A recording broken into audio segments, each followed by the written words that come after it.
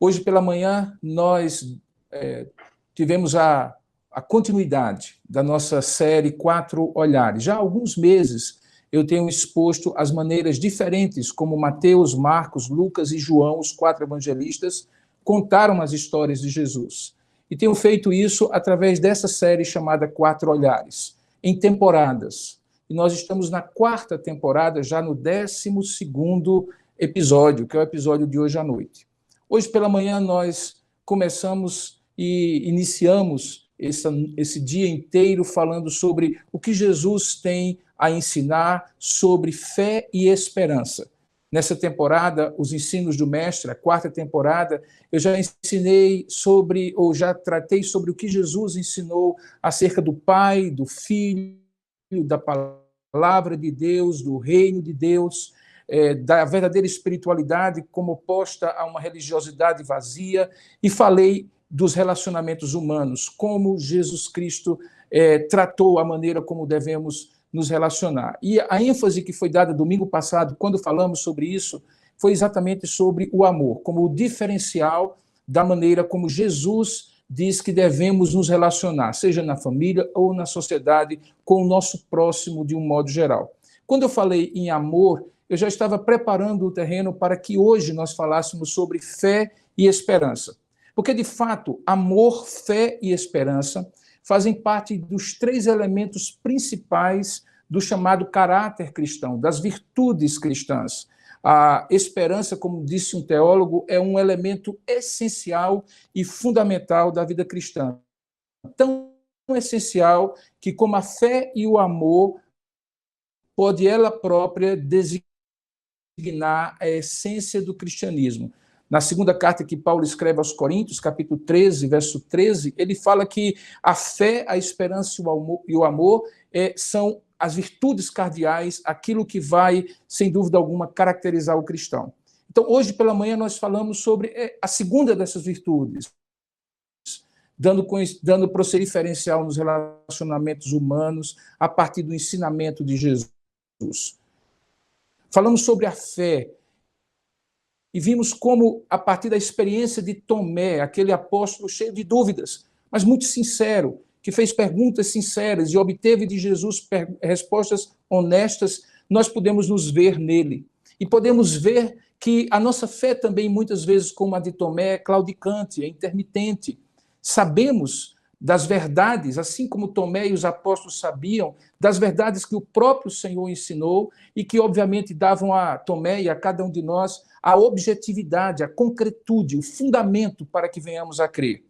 Mas, assim como Tomé, muitas vezes nós também precisamos ter experiências vivenciais, experiências com a realidade da fé ali diante dos nossos olhos. E foi o que aconteceu com Tomé. Você recorda, se você esteve conosco hoje pela manhã, que quando Jesus ressuscita, Tomé não está com os outros apóstolos, que estavam fechados na sala, possivelmente o mesmo cenáculo onde eles tinham celebrado a última ceia, com medo dos judeus, porque os judeus tinham matado a Jesus por meio da instrumentalidade dos romanos, e eles estavam assustados e temerosos que eventualmente pudesse acontecer isso com eles.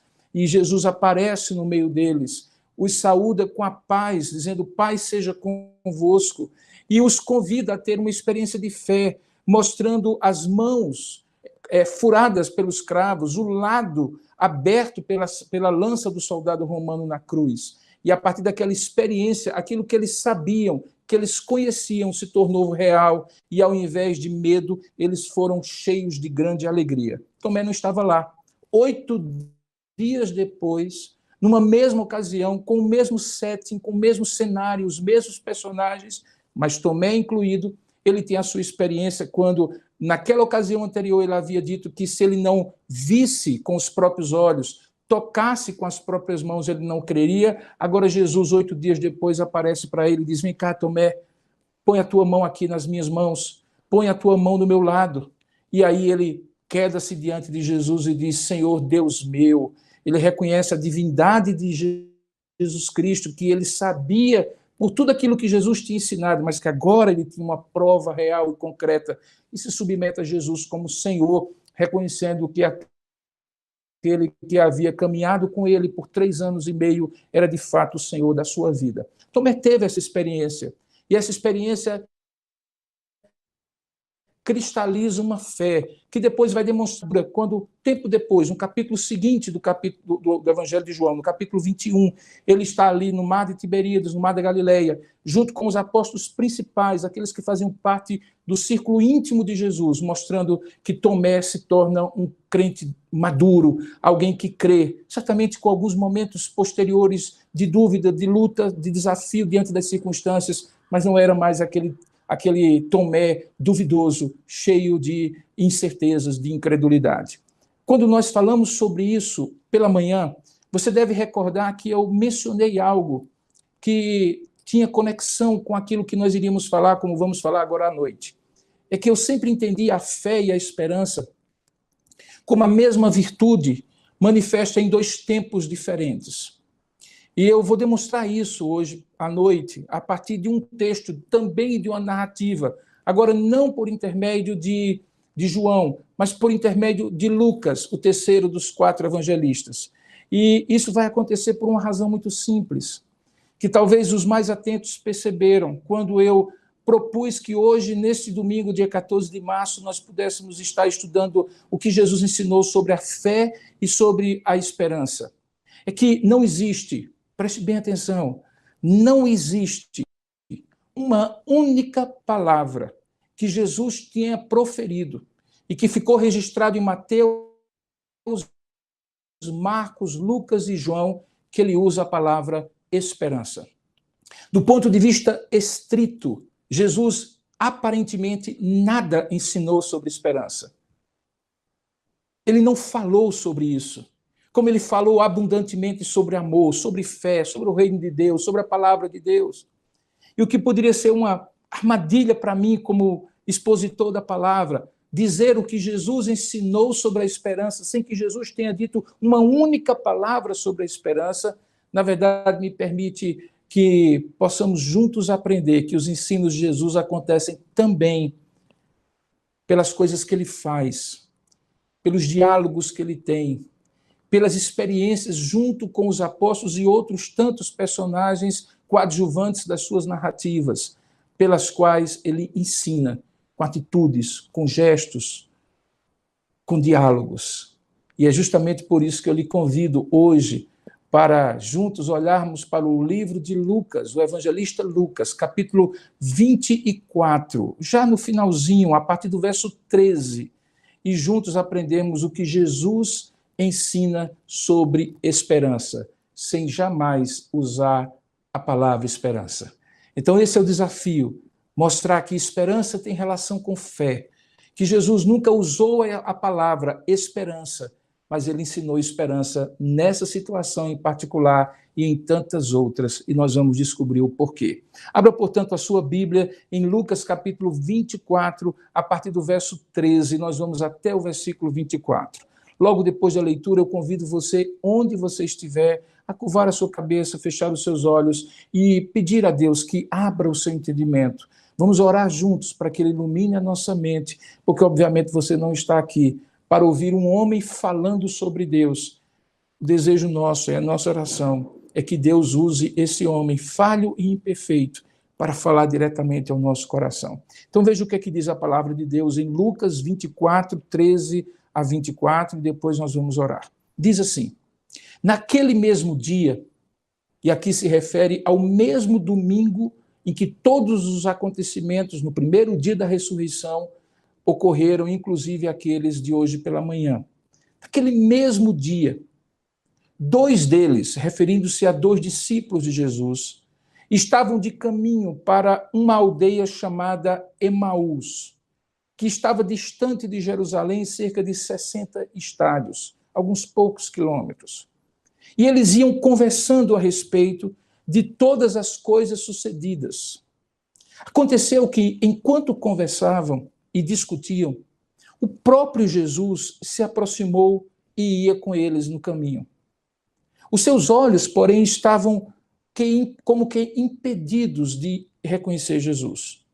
Então Jesus lhes perguntou: que é isso que vos preocupa? E de que ides tratando à medida que caminhais? E eles pararam, entristecidos. Um, porém, chamado Cleopas, ou Cleopas, respondeu dizendo: És tu o único, porventura, que, tendo estado agora em Jerusalém, ignoras as ocorrências desses últimos dias? Ele então lhes perguntou: quais?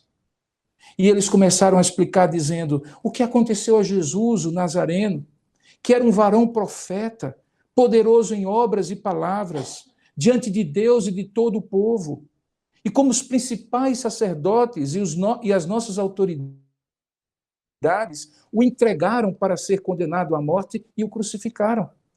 E aí veja essa expressão que eles usam agora. Ora, nós esperávamos, nós tínhamos esperança que fosse ele quem havia de redimir a Israel.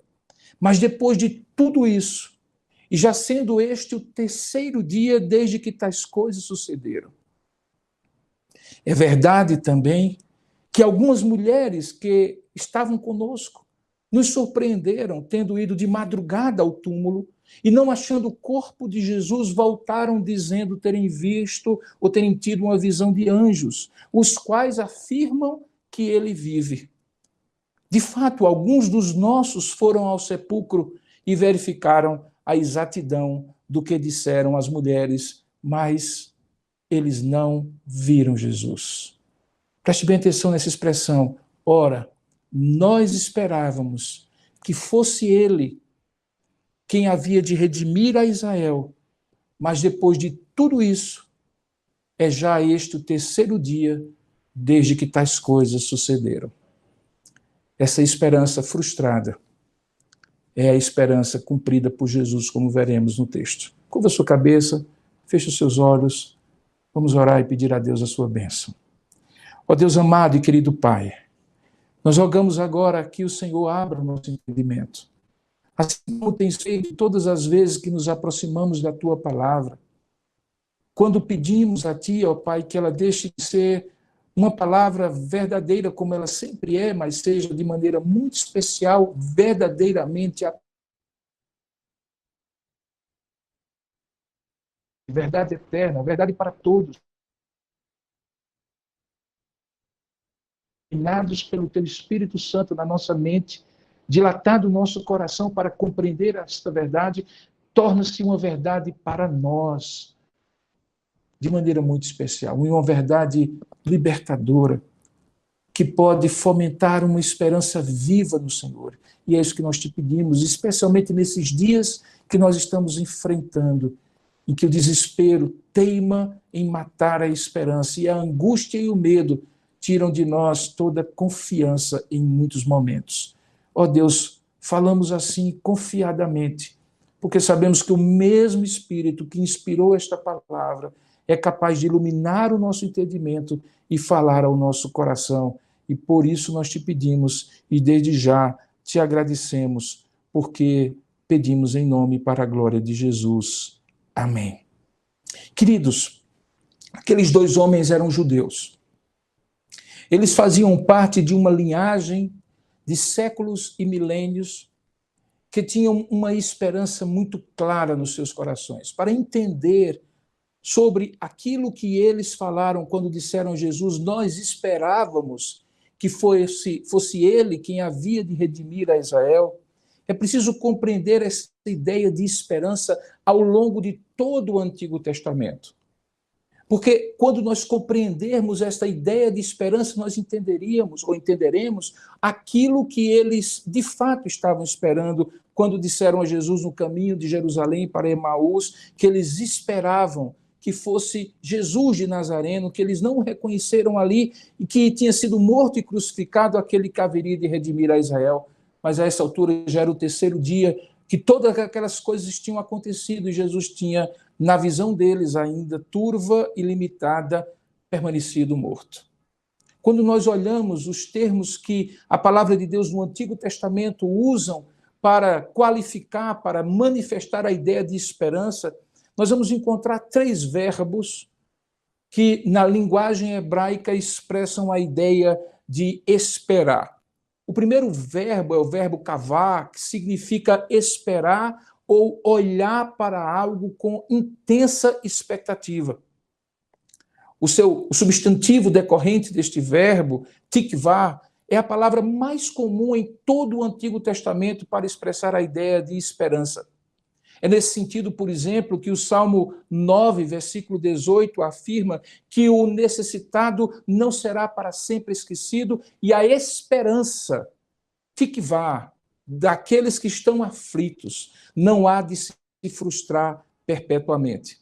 É justamente desta ideia de que a esperança, no fim de tudo, haverá de prevalecer, que talvez venha o ditado popular que enquanto houver vida, haverá esperança, porque a esperança é a última que morre. Aqueles que estudam o léxico do hebraico, a maneira como a língua se estrutura, diz que esta palavra é derivada de uma raiz que significa uma corda esticada, a raiz kav, que significa uma corda esticada, e que de maneira metafórica representa esta tensão daquilo que eu creio que hoje eu confio, mas que esticado no futuro será cumprido plenamente só lá na frente, e não hoje. Por isso eu mencionei hoje pela manhã que a imagem mais fácil para eu entender a relação entre fé e esperança foi quando eu imaginei que a esperança é como se fosse uma fé esticada como um elástico, fazendo com que aquilo que eu creio hoje se projete para o futuro e garanta no futuro aquilo que hoje firma e fixa, garante a minha fé presente. É como se a esperança fosse uma fé esticada para o futuro. A ideia de esperar, tanto no Antigo como no Novo Testamento, e até mesmo nos dias de hoje, ela sempre está associada a esperar por algo, a esperar por alguém. Não existe esperança sem um objeto onde essa esperança é posta, ou sobre um agente, uma pessoa, um ser que alimenta e acaba por cumprir essa esperança. Por isso, nesse sentido, o Antigo Testamento, a esperança sempre é posta em Deus. Daí o Salmo 37, 9, afirmar que aqueles que esperam no Senhor possuirão a terra. Mas quem espera no Senhor? Ou quem espera para possuir a terra? Aqueles que esperam no Senhor, como aquele que é capaz de cumprir essa promessa, cumprir essa esperança. Portanto, no Antigo Testamento, a noção essencial de esperança é que o Deus de Israel, por ser confiável, digno de confiança das pessoas que nele creem, é aquele que nutre a fé e a esperança das pessoas. A esperança sempre é posta nele, que é confiável. Daí Jeremias chamar Deus de a esperança de Israel. Em pelo menos 3 ocasiões na sua profecia, é a expressão Mived de Israel. Ele é a esperança do povo de Deus. Em uma dessas profecias de Jeremias, no capítulo 17, do verso 5 a 7, a esperança em Deus, inclusive, é contrastada com a confiança ou com a esperança em homens. Com as seguintes palavras, ele diz assim: assim diz o Senhor, maldito o homem que confia no homem, que faz da carne mortal o seu braço e aparta o seu coração do Senhor, porque ele será como um arbusto solitário no deserto e não verá quando vier o bem.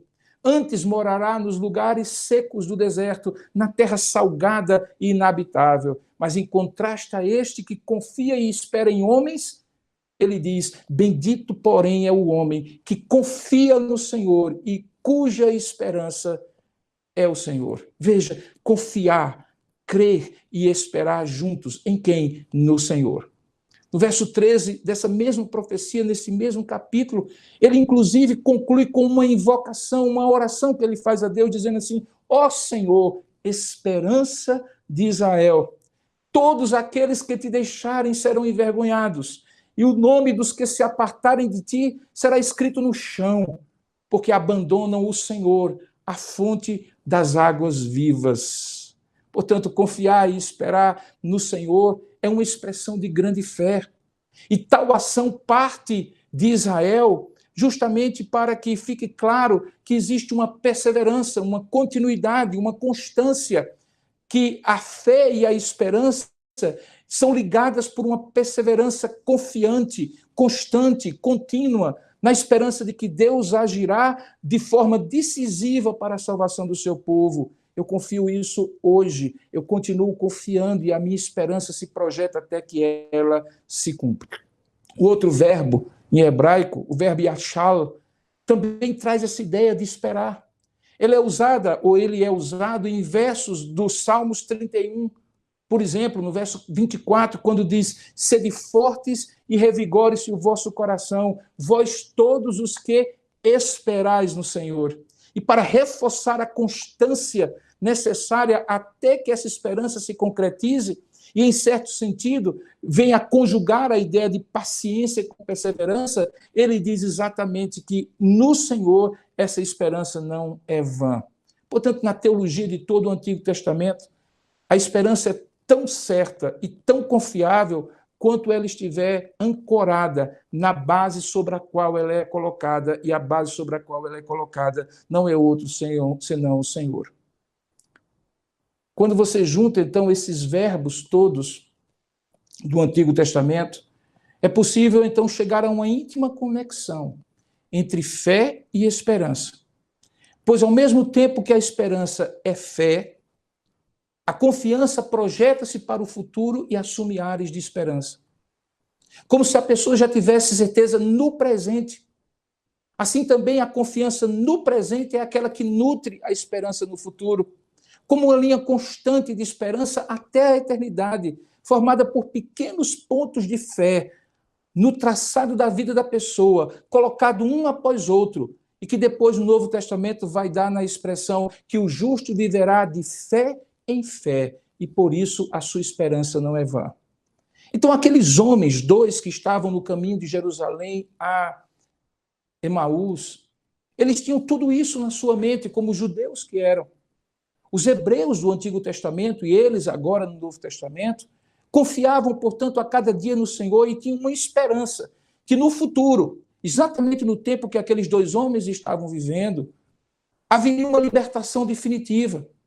Eles já tinham experimentado isso no passado.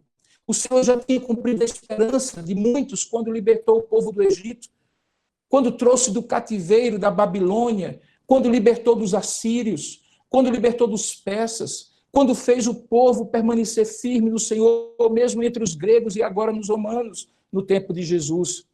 Portanto, eles tinham, como nas palavras de Rudolf Bultmann, uma esperança como uma espécie de projeção escatológica de que o Messias viria, traria um desfecho a todo o sofrimento.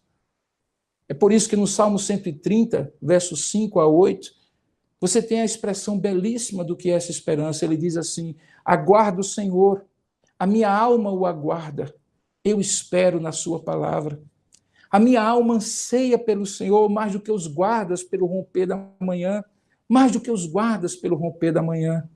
Espere, Israel, no Senhor, pois no Senhor há misericórdia, nele copiosa redenção. É ele quem redime a Israel de todas as suas iniquidades. E quando Isaías, o mais messiânico, convida os seus compatriotas, no capítulo 25, para associar esta fé e essa esperança a alguém, ele aponta para o Messias. Ele diz que ele tragará a morte para sempre. E assim enxugará o Senhor Deus as lágrimas de todos os rostos e tirará de toda a terra o opróbrio do seu povo, porque o Senhor falou. Naquele dia, profetizava Isaías, eis que este é o nosso Deus. Todos se dirão, nosso Deus em quem nós esperávamos, e ele nos salvará. Este é o Senhor, a quem aguardávamos. Na sua salvação exultaremos e nos alegraremos. Portanto, quando as palavras eram ditas naquela hora daqueles dois homens, e nós esperávamos que fosse ele, é porque toda aquela história deles, como nação, como povo, aquilo que eles tinham ouvido dos seus pais, dos pais dos seus pais, voltando até os tempos idos de Abraão, Isaque e Jacó, agora parecia ter se cumprido na pessoa de Jesus Nazareno.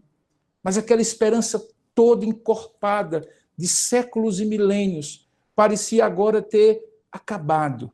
Porque naquela semana, em apenas 7 dias, do domingo de Ramos até a sexta-feira da Paixão, sendo agora, naquele momento, o domingo da ressurreição, mas não para eles que ainda não tinham visto o Senhor. Numa única semana, a esperança de séculos, de milênios tinha se esvaído diante deles. Eles tinham esperança que Jesus, o Nazareno, fosse o Messias, a âncora da grande esperança que eles tinham como povo de Deus.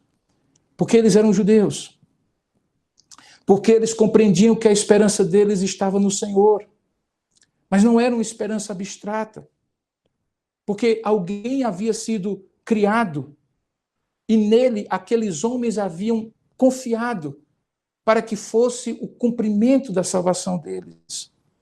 Quando eles dizem, ora, nós esperávamos que fosse ele quem havia de redimir a Israel, há um misto de esperança naquela fala, mas também de desesperança, pelo que eles tinham visto e ouvido naqueles dias acontecer. A esperança deles era que Jesus, o Nazareno, fosse o Cristo e cumprisse a promessa. E a angústia deles era que, aparentemente, isso tinha sido uma esperança frustrada. Sabe, irmãos, e a esperança frustrada tem um grande poder destruidor. Eu tenho observado esses dias, conversado com as pessoas, ouvido as pessoas. A impressão que eu tenho, até mesmo ouvindo e vendo o meu próprio coração, é que a esperança que nós tínhamos nesses dias e que nós estamos vivendo, é que tendo virado a folhinha do calendário de 2020 para 2021, essa situação da pandemia tivesse mudado.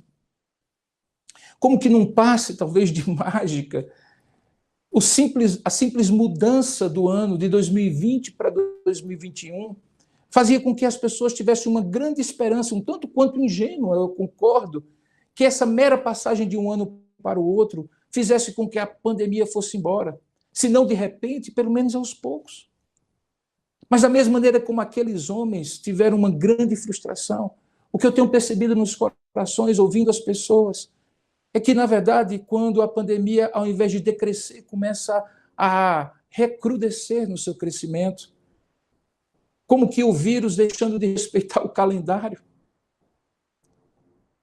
E certamente também porque o povo não deve ter respeitado o vírus como deveria respeitar. Então veio o abatimento dessas últimas semanas. A esperança se esvaiu. Ou melhor, ela buscou alguém ou algo em que ela pudesse se firmar. E então veio a esperança da descoberta das vacinas. E então todos entenderam que logo, logo a esperança podia ser retomada. Mas aí a dificuldade de acesso a essas vacinas fez com que novamente a esperança refluísse, o desespero aumentasse, no movimento pendular de fé e desespero, de confiança e de medo, de esperança e de desânimo. Por isso que esse texto pode nos ajudar muito a entender como Jesus, naquela conversa com aqueles homens, nos gestos que ele fez, no diálogo que ele teve, nas maneiras visíveis que ele permitiu que aqueles homens entendessem que a esperança deles podia ser renovada, esse texto pode ser emblemático para nós e pode nos ajudar a compreender o que Jesus ensinou sobre esperança sem nunca ter proferido essa palavra. E o que Jesus fez para reaquecer a esperança daqueles homens de corações já esfriados, desesperados, temerosos e angustiados? O que foi que Jesus ensinou na prática sobre a esperança, sem falar uma única vez essa palavra? Volte ao texto, por favor.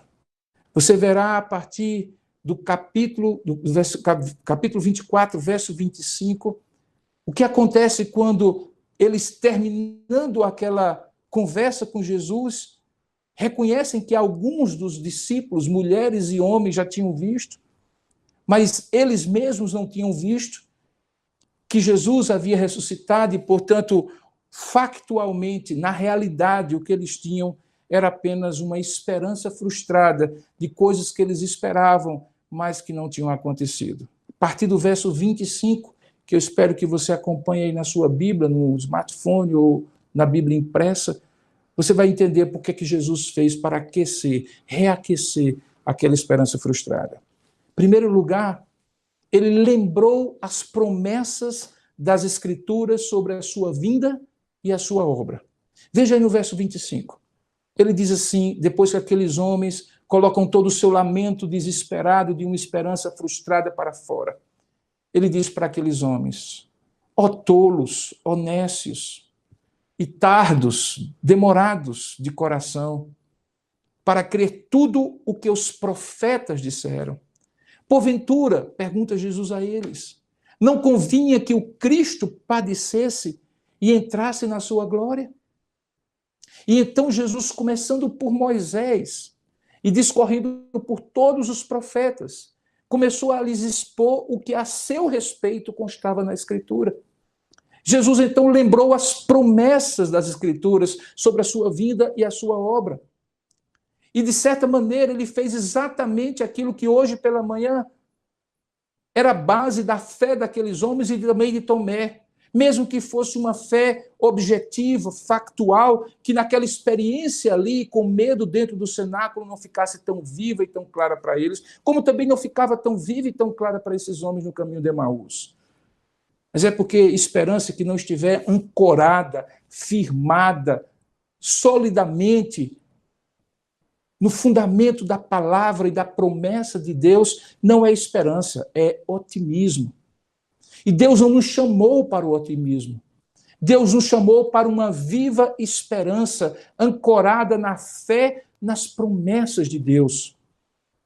Porque esperança e fé estão diametralmente, ou melhor, estão de maneira convergente postas e ancoradas numa única verdade, numa única certeza. É de que Deus, no seu caráter fiel, quando profere pela sua palavra promessas para o seu povo, ele cumpre aquilo que ele promete. O profeta diz que Deus não é homem para mentir, nem filho do homem para se arrepender. Se ele prometeu, ele há de cumprir.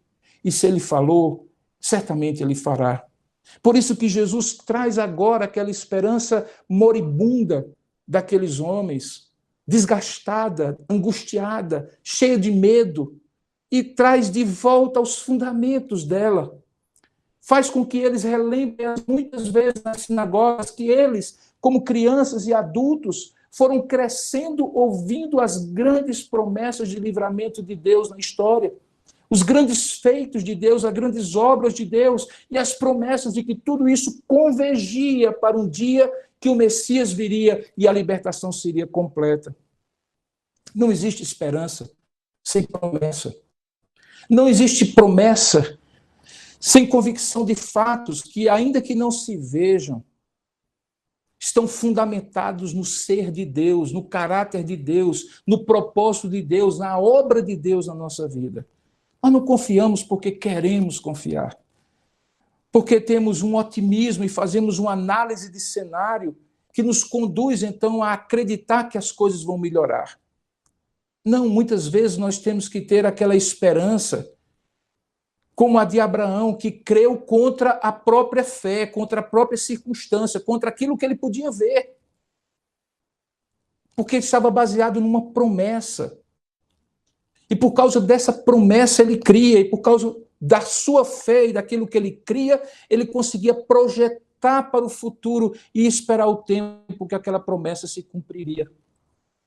Portanto, Jesus reaquece aquela esperança, não projetando o olhar dele para o futuro, mas olhando com eles para o passado e dizendo assim: olha, vocês não se lembram e não creem em tudo aquilo que os profetas disseram? Quando vocês ouviam e liam nas sinagogas, não convinha, conforme eles pregaram, que o Cristo padecesse e entrasse na sua glória? E aí ele começa a partir de Moisés e vai passando por todos os profetas, expondo o que a seu respeito, que era a esperança de Israel, todas as escrituras profetizavam. É verdade que algumas vezes as pessoas trazem para si promessas que Deus nunca fez para elas. São muito mais autossugestões, desejos do coração. E essa é a diferença de esperança para o desejo. O desejo nasce do coração humano. A esperança nasce do coração divino. O desejo se nutre de um otimismo, de uma perspectiva positiva. A esperança se nutre da garantia da promessa, da fidelidade de Deus, de quem Deus é. Por isso que devemos ancorar a nossa fé e a nossa esperança exclusivamente nas promessas do Senhor. E há promessas variadas. Eu não preciso arranjar promessas de Deus para mim. Basta que eu vá à Escritura e eu perceba que lá eu vou encontrar fundamento suficiente para reaquecer a minha promessa, reaquecer a minha esperança. Há promessas que o próprio Senhor Jesus fez. Eis que estou convosco todos os dias da vossa vida até o final dos tempos, até o último dia. Promessa da presença de Deus. Promessa do poder de Deus. Toda autoridade me foi dada nos céus e na terra, portanto, ide. Promessa da graça de Deus, que diz que é melhor do que a vida e que não nos faltará no seu favor. Promessa de que seremos ouvidos pelo Senhor. Batei, batei, pedi, pedi. Buscai, buscai e será aberto, será dado, será encontrado. Portanto, temos promessas as mais variadas para nutrir a nossa esperança, mesmo que as circunstâncias digam não. Mesmo que estejamos no nosso caminho de Emaús, tudo aquilo que nós vimos e vimos nos últimos dias pareçam frustrar as nossas esperanças. Nós não precisamos de uma nova leitura de cenário que de maneira otimista nos faça acreditar. Basta nos lembrarmos da promessa, porque a esperança está ligada à promessa de Deus para conosco. Mas veja que Jesus usa de uma outra forma para reaquecer o coração daqueles homens. Veja que ele se aproximou em comunhão com eles. E pelo sacramento da Eucaristia, o pão representando o seu corpo, o vinho representando o seu sangue, ele fez visível, como é todo o sacramento, a certeza invisível de que a promessa tinha se cumprido como tinha sido feita. 28. Veja, quando eles já estavam se aproximando da aldeia de Emaús para onde eles iam, Jesus fez menção de passar adiante, de deixá-los. Mas eles o constrangeram, dizendo: fica conosco porque é tarde e o dia já declina. E Jesus entra para ficar com eles. E aconteceu que quando estavam à mesa, tomando ele o pão da refeição da noite, da última ceia ali de um dia, ele abençoou e, tendo partido o pão, lhes deu. E quando ele fez esse gesto, que havia acontecido poucos dias antes da sua morte, se lhe abriram os olhos e eles então o reconheceram. Eu acho tremendo como isso que Jesus faz parece tanto com o que Jesus fez 8 dias depois, nesse mesmo dia, com Tomé. 8 dias depois 8 dias depois deste dia, quando Tomé não estava com seus discípulos, não creu e só creria conforme as suas próprias palavras se tocasse o corpo de Jesus. Naquela ocasião, 8 dias depois, Jesus faria a mesma coisa. Jesus se apresentaria diante de Tomé e diria: toque, veja, sinta, veja na concretude a verdade que você já conhecia, mas ainda não tinha experimentado, de que a promessa se cumpriu. Jesus trabalha aqui novamente em relação à esperança, da mesma maneira que ele trabalhou em relação à fé de Tomé. Havia algo objetivo que bastaria para Tomé e bastaria para esses homens para que eles crescem e tivessem esperança. Era só lembrar dos ensinos que Jesus tinha dado, e no caso deles, de todos os ensinos do Antigo Testamento, de todas as promessas, de todas as histórias dos profetas, de tudo aquilo que estava predito acerca do Cristo. Mas aparentemente isso não era suficiente, nem para Tomé, nem para aqueles dois no caminho de Emaús.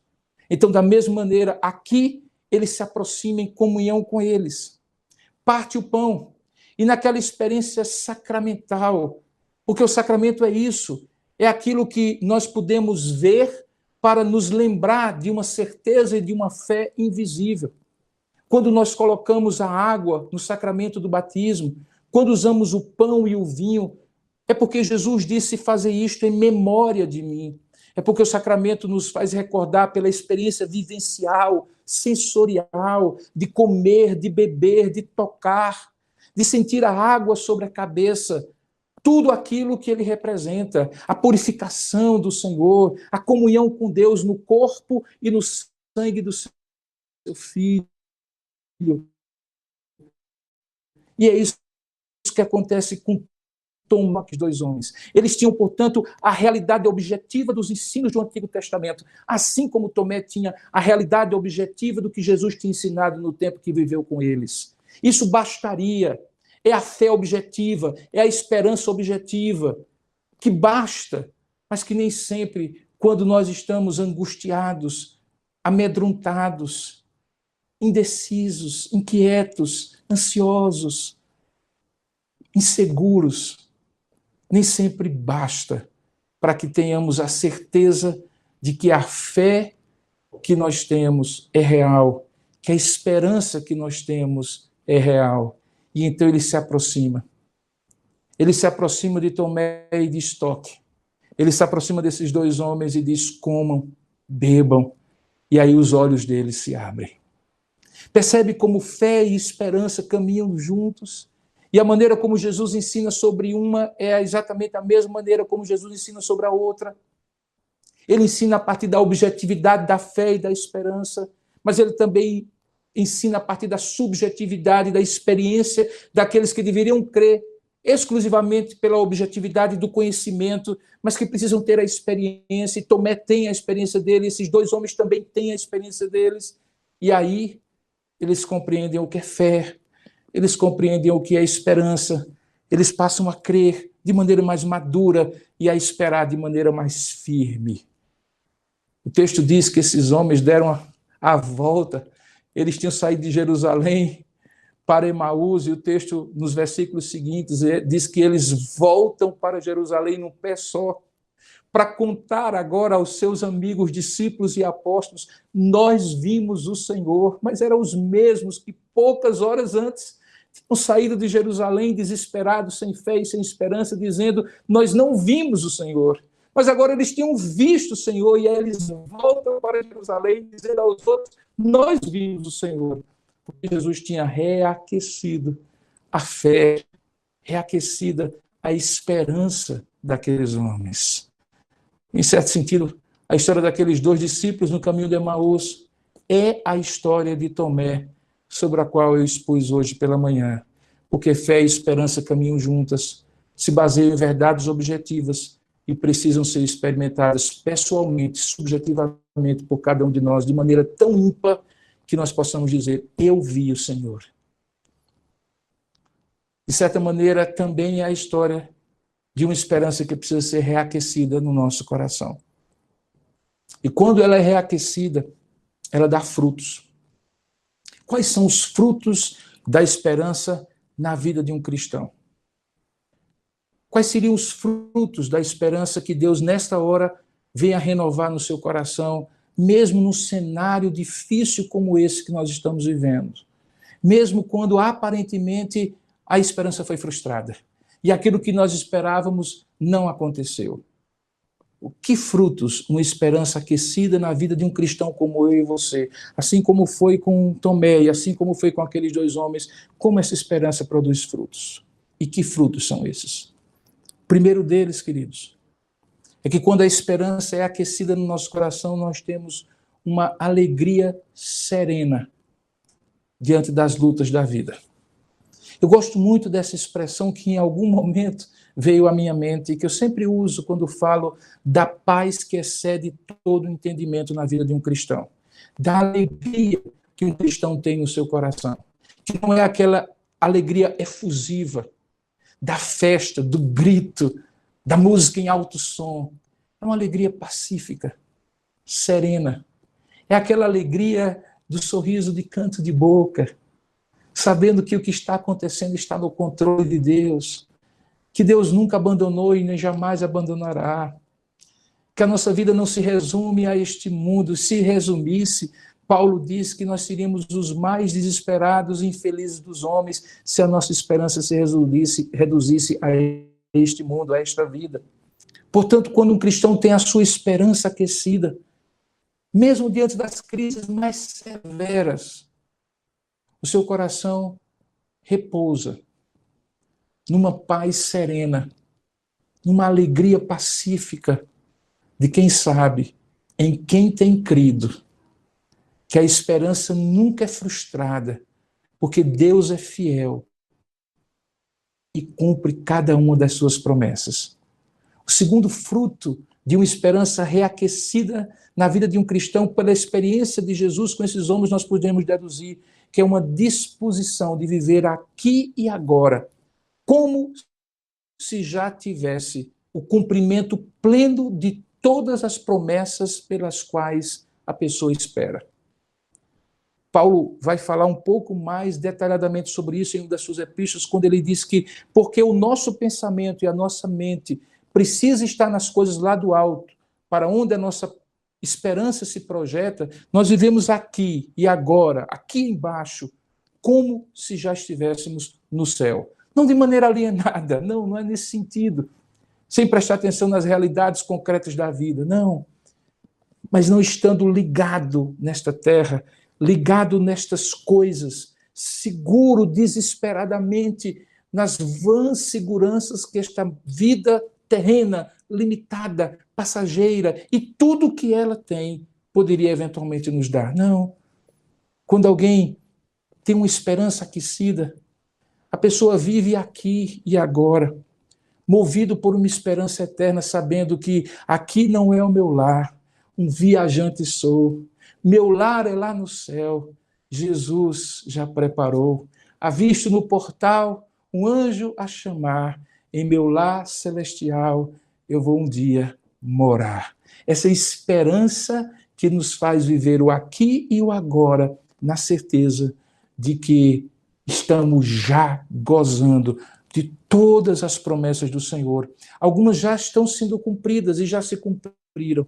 Outras estão em processo de se cumprir. E a nossa fé é o que faz com que essa esperança se estique até cada um dos pontos em que ela haverá de se cumprir, até chegar àquele ponto final, quando o rei voltar e ele restaurar todas as coisas. E aí estes homens, Tomé, eu e você e todos aqueles que creem em Cristo vão dizer: a esperança de Israel se cumpriu de uma vez por todas, porque ele voltou e restaurou todas as coisas. O terceiro fruto, e finalmente o terceiro fruto de uma esperança reaquecida na vida de um cristão, é um compromisso de fazer essa esperança conhecida aos demais. Aqueles homens, assim que tiveram a sua esperança reaquecida, eles não ficaram ao redor da mesa, aproveitando aquela comunhão gostosa com Jesus, até porque Jesus desapareceu para aparecer a outros na sua ressurreição. Mas eles podiam ter ficado ali, gozando da alegria da comunhão, fechado em quatro paredes. Mas havia em quatro outras paredes do cenáculo amigos com quem eles tinham compartilhado uma esperança que parecia frustrante e frustrada. E eles sentiram a necessidade, porque a esperança do coração deles foi aquecida, de voltar lá, e no compromisso de fazer essa esperança agora reaquecida, reconhecida, renovada também no coração dos outros. Toda esperança que vale a pena, para mim, precisa ser conhecida de outros. Toda esperança que renova o meu ânimo para viver não pode ficar restrita somente em mim. Por isso que precisamos, nesses dias, ser pregadores de esperança. Não do otimismo, de esperança. Da esperança que é ancorada em Jesus Cristo. Você já imaginou quantas pessoas diuturnamente comentam com você nas redes sociais, telefonam para você, encontram-se com você e falam da sua angústia, do desespero, do medo, dessa situação que parece que não acaba mais, de só notícias ruins e ruins e ruins, desesperadoras, que nós recebemos todos os dias, de quantidade de mortos morrendo em cada vez maiores números, de pessoas muito próximas de nós. A expressão que mais se usa é: está chegando perto.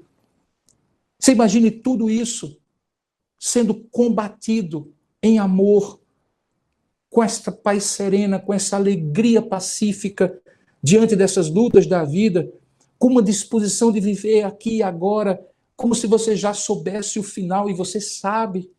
E o final está prometido, a sua esperança está bem ancorada, e aí você decide combater tudo isso com o compromisso de fazer com que no coração dos outros essa esperança seja conhecida e renovada. Um cristão que tem a esperança renovada no seu coração se torna um pregador de uma esperança superior que vai além daquela que é mero otimismo. E esse é o convite que eu lhe faço, que você seja esse pregador.